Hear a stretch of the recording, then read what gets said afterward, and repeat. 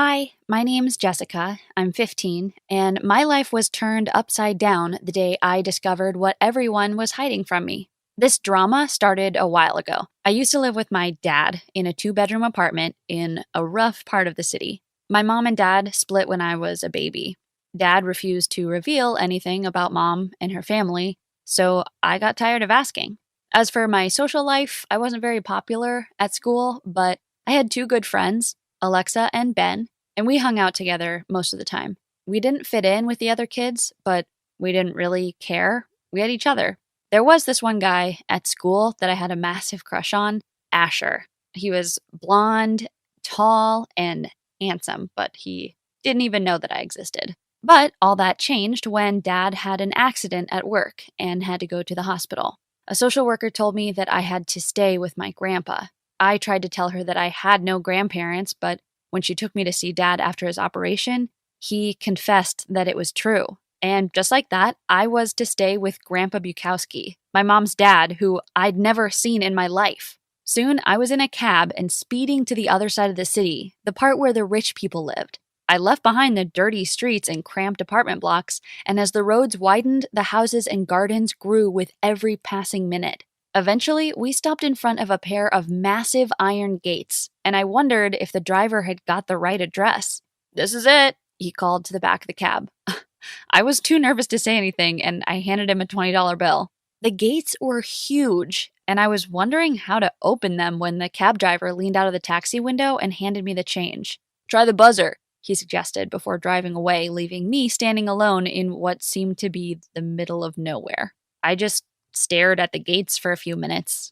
The black box that must have been the intercom, it had a push button on the front, which I hesitated before pressing.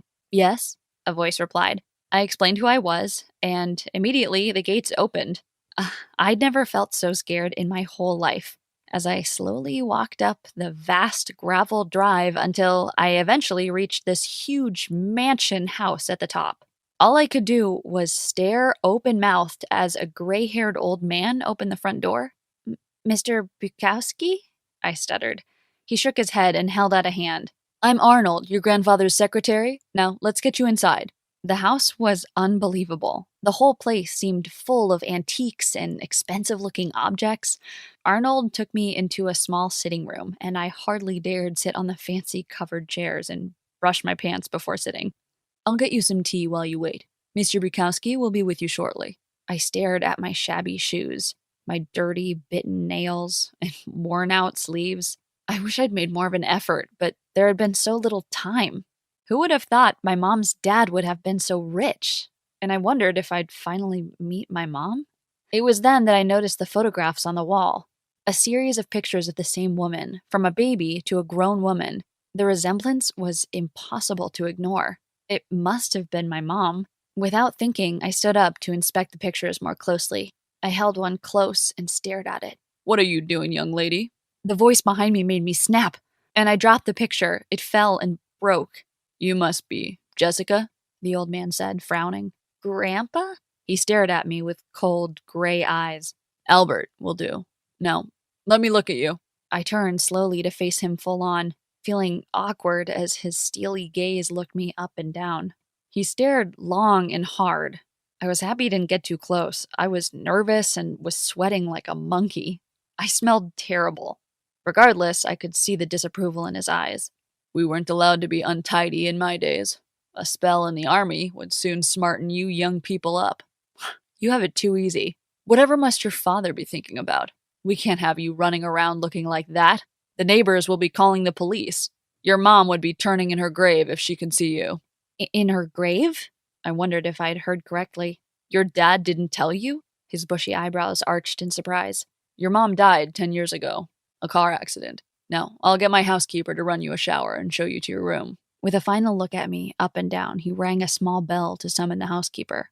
"And fix those fingernails. I can't bear dirty fingernails." And with that, he left.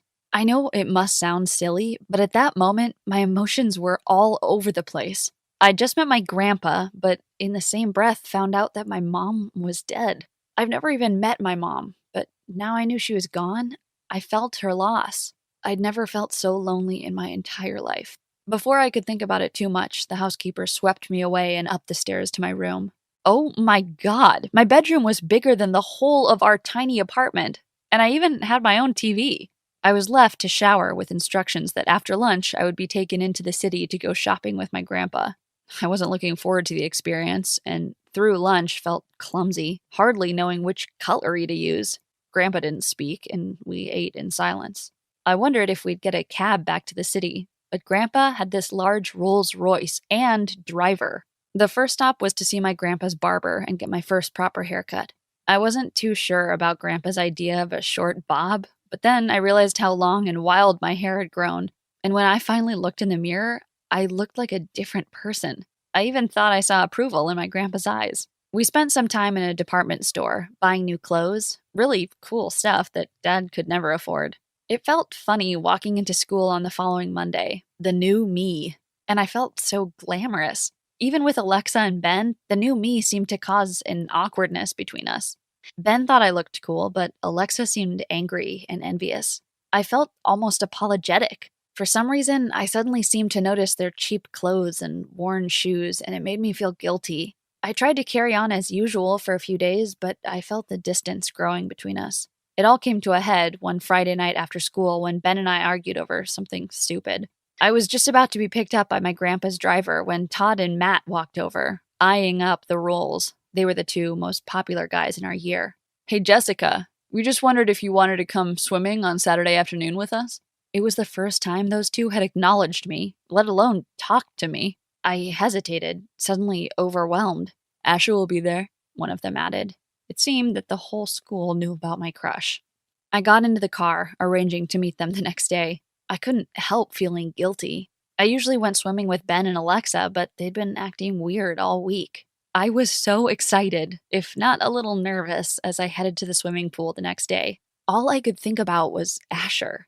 They were all there, the popular people from my school, and all came to say hello as if I was their long-lost friend. It's funny how a change in my fortunes changed their attitude to me, but I didn't think about it too much at the time. I was only too happy to be accepted for once in my life. "Hi!" Asher came over, his skin still shimmering from his swim. All I could do was stare at his stunning figure. He flashed me a huge smile, all perfect white teeth, and from that moment, I was under his spell. I was having a great time, and when the crowd around me started to laugh, I joined in, not really understanding the joke. I soon understood. Alexa and Ben had just walked into the pool. My heart sank as they approached. I felt so guilty and stopped laughing immediately, but the other guys around me continued. As they passed me to get into the pool, Asher raised his eyebrow toward me, almost as a challenge. "Hey, Jessica!" he shouted out loudly. "Aren't these two your friends?" For a moment, Ben looked me in the eye, but I turned away. He walked on, and everyone started laughing again. Everyone except me. My old friendships were well and truly over, and I tried to push my feelings to one side. I was on a high. I was accepted for the first time. And when Asher agreed to be my date for the school dance, I couldn't have been happier. Back at school, I tried to avoid seeing Alexa and Ben, but as they were in my class, it was pretty impossible. I tried to justify our falling out, that they wouldn't accept the new me, but deep inside, I knew I'd changed, not them. My new friends were fun, but shallow. At first, it felt good not to be the target of their cruel jokes, but it made me feel uncomfortable on the inside. One afternoon, after school, on the day of the dance, I was walking down the corridor with Todd and Matt when we collided with Ben. "You stupid idiot!" Todd called out. "Why don't you watch where you're going? Your glasses are thick enough." Matt and Todd laughed, but as Ben tried to get past, they stopped him, blocking him in. "Aren't you gonna apologize?" Matt said. Ben didn't say anything, but I could see how sad he looked. I could hardly bear it. "Hey, leave him alone, you two." They stared at me as if I'd grown two heads or something. "Make up your mind who your friends are, Jessica," Matt shouted. They moved to let Ben pass, but it was then that I realized these people weren't really my friends. They could turn on me at any moment. I'd been excited about the dance all week and my date with Asher, but somehow I wasn't happy. All I could think about was that look in Ben's eyes. That look of betrayal. I looked great, but I felt shallow and weak. As I stepped down the staircase, ready to be driven to the dance, my grandpa was waiting proudly by the door. I felt the need for a talk, and suddenly everything that had happened over the last few weeks came spilling out of my mouth. I didn't expect my grandpa to understand. He was more likely to tell me to pull myself together. But I was surprised when a look of sympathy passed over him, and he led me into the living room. I'm sorry, Jessica. I shouldn't have tried to change you. It's just that you remind me so much of myself at your age. Money and fancy clothes won't bring you happiness, dear.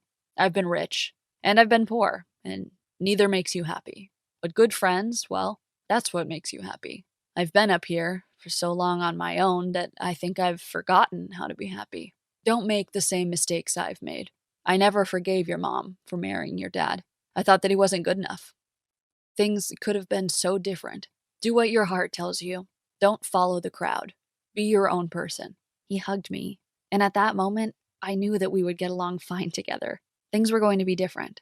There was also something I had to do. I raced upstairs and removed the new clothes, put on my jeans and an old t-shirt, and returned downstairs. My grandpa didn't say a word, but just nodded his approval. The difference my appearance made. When I stepped into the school hall, I immediately saw Todd and Matt and the look of disapproval on their faces. Even Asher soon gave me the same vibe.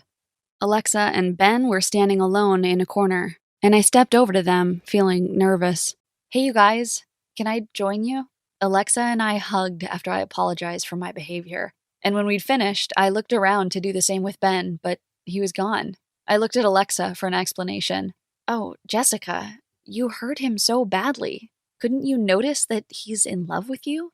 I was knocked out for a second, but then filled with a warm and fuzzy glow. Ben and I had always been close, but my mind had been so full of Asher that I'd missed what had been in front of me all the time. I pushed into the crowd and found Ben at the bar and tapped him lightly on the shoulder. Hey, you, I said, smiling. Do you want to dance? After that evening, everything worked out fine. Alexa and I were best friends again, and I started going steady with Ben. I'd never been happier. Dad and I finally moved in with Grandpa, and it's kind of a perfect ending. I learned a great deal about myself and the value of true friendship.